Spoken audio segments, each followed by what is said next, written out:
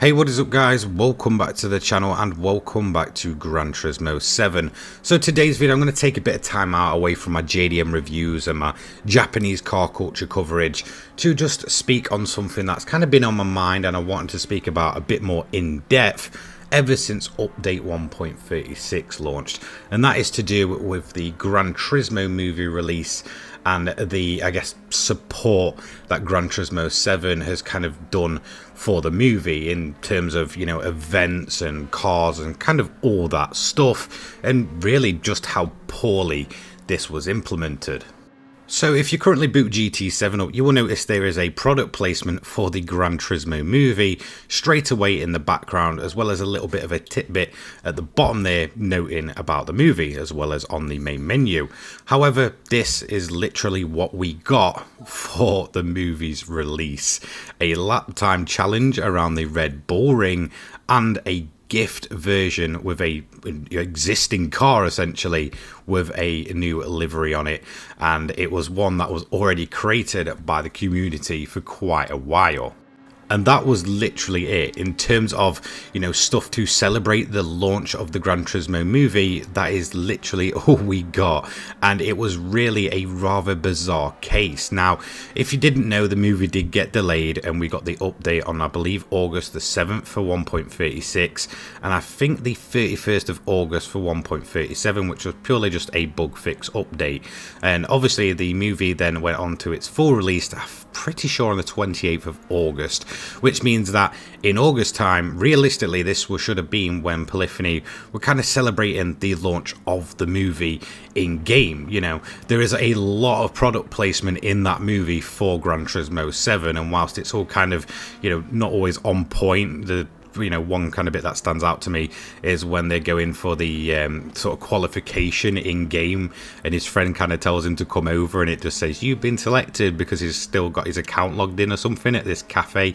Yeah, it was rather quite bizarre. It doesn't make sense in that way, but there is a ton of Gran Turismo 7 product placement within that movie, and whilst most of it's pretty cringe, it's kind of to be expected considering, you know, the movie is sort of based on the game and the life of one of their drivers that went from obviously, you know, racing in Gran Turismo to doing it for real. But again, there is a ton of product placement in that way, but when it comes to, you know, kind of advertising the movie in their current release, which is, you know, quoted as a live service, which isn't really a live service anymore. I'm not really quite sure where they're going with Gran Turismo 7 currently, but yeah, there's just basically a poster on the main menu, a little notch in the top right corner of your world map, and then an event and a free gift car of an already existing car. And one thing that really does strike me is just the amount of kind of, I guess, things that people have pointed out that's kind of been in the movie but then still isn't in the game. One of that being a bunch of tracks. I believe there's one in the desert, I cannot remember the country, so there's some Middle Eastern country in the game that has its track sort of featured, and it's kind of just not in the game. Then there's a bunch of sort of more up-to-date models. I know the most up-to-date McLaren's kind of in there. I believe there's a Porsche in one of the intros or something like that. I think it's been in there since the trailer. There's a ton of cars that are not actually represented in their game currently that are kind of in the movie, and I just feel like this is a massive missed opportunity. Now, I wouldn't expect Polyphony to go ahead and just get everything they could in the game just for the movie's release, but in terms of celebrating this, it's a big achievement in a way. You know, a lot of gaming franchises would probably love to be brought onto the big screen, and Gran Turismo almost felt like it kind of came out of nowhere. Like, how would this work? And then it obviously kind of made more sense when they went into the direction it was going, obviously around Jan Mardenborough and stuff like that, and it really was a time where you just felt like they could have celebrated it in game, brought a bunch of the stuff. You know, we had the prototype kind of, you know, in all of the trailers for the longest time, and it was like, okay, it's all there, and it's sort of, you know, typical Nismo PlayStation style livery, and it just never came. Obviously we've got the tracks that are being shown off that just again never came, and it just feels like it's just a very kind of sour note in terms of celebrating such a big achievement for such a mammoth in the sort of racing genre. Now, one of my main criticisms for this is the fact that the movie is actually really well put together, and it's much better received than I originally actually expected it to.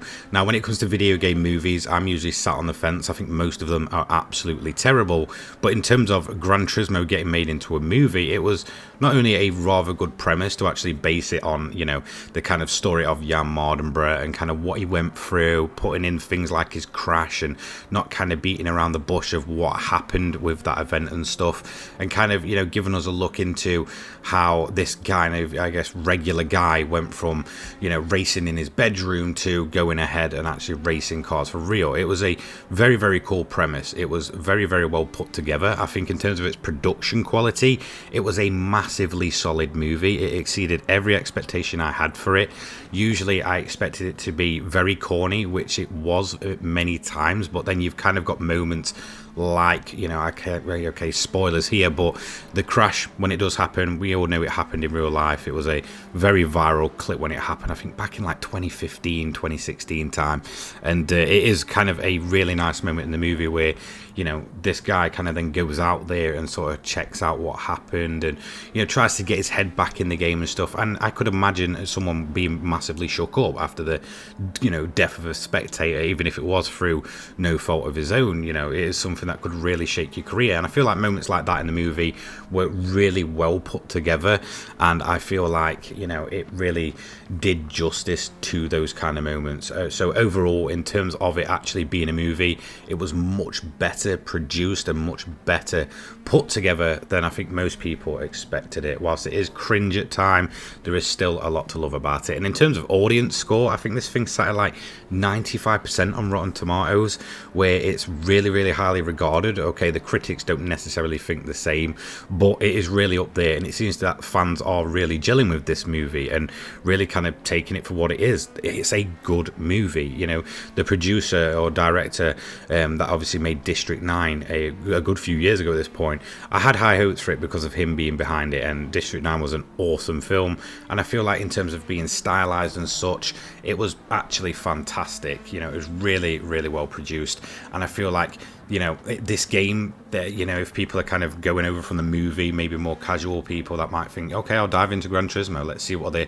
latest game has to offer. And it does happen. You know, I've heard it from a few people that have kind of watched the movie and then thought, do you know what, yeah, okay, I'll give the game a shot. To kind of jump into the game at this point, it is where, you know, you'd sort of jump in and think, okay, there's a bit of product placement there, and then you kind of dive into it a bit more and see that anything movie related is just a reskin of a car we already have with a livery that the community created a long, long time ago before it actually got released. And a time trial, you would kind of think, well, you know, maybe is there any more to this sort of thing? It just feels like they've kind of missed an opportunity to really, really celebrate this movie. It is a big deal, and there's no kind of, you know, I guess looking around that. It's a big deal. Gran Turismo has a movie, and I feel like Polyphony have massively missed an opportunity. And even looking at the comments, you know, I kind of, like I kind of said, I was not really going to make a video on it. I kind of put it to the back of my head until more and more people seem to be, you know, under the same impression as me that they just didn't do enough. And I feel like it's a massive opportunity for Gran Turismo to kind of bounce back from what seems like a kind of weird time in its life cycle. It almost feels like it's not only just dwindling out in terms of its player numbers, but in terms of the content, it seems to be getting worse and worse currently. And it was a similar situation we had in kind of the mid to end of 2022, where it got really poor and then picked back up again before getting really poor, picking back up again, and then getting to the point where it is now, where it's, you know, rather quite, you know, poor in terms of what we're actually getting. And it just feels like it's kind of thrown together, and that's kind of it. So let me know what you think. Do you think Polyphony could have done more to kind of, you know, I guess bounce off of the movie and off of the hype round there? Do you think they could have done more for new players that maybe come there and are interested in the movie and want to see more of that actually in the, you know, latest game, which is advertised throughout this entire movie? Let me know what you think. I honestly think they could have done better, and I'll see you in the next one. Take care, guys. Peace.